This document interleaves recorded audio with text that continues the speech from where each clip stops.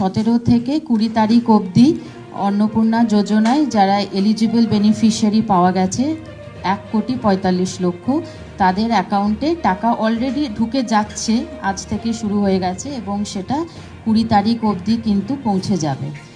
এবং সেটা পৌঁছানোর পরে বাকি যারা রইলেন, মানে ধরুন যারা 10th of জুলাইয়ের আগে অ্যাপ্লাই করেছিলেন তারা কিছু কিছু এক্সক্লুশন ক্রাইটেরিয়ার মধ্যে পড়ে গেছে। কারণ যে এক্সক্লুশন ক্রাইটেরিয়াগুলো আছে, অর্থাৎ ধরুন তিনি হয়তো একটা মিউনিসিপ্যাল কর্পোরেশনে আছেন, তিনি হয়তো 50 ডেসিমালের ওপরে তার জমি আছে, বা তিনি নিজে ইনকাম ট্যাক্স পেই, তিনি হয়তো নিজে 10,000 টাকা ইনকাম করেন ইত্যাদি, যে এক্সক্লুশন ক্রাইটেরিয়াগুলো আছে তার মধ্যে পড়ে গেছে। কিন্তু তারপরেও তারা কিন্তু বঞ্চিত হচ্ছেন না, অর্থাৎ তারা কিন্তু তাদের ক্লেম জানাতে পারেন। অর্থাৎ তার যদি টাকাটা না ঢোকে তিনি একটা ক্লেম করবেন, সেই ক্লেমটাতে যদি আবার জেলা প্রশাসন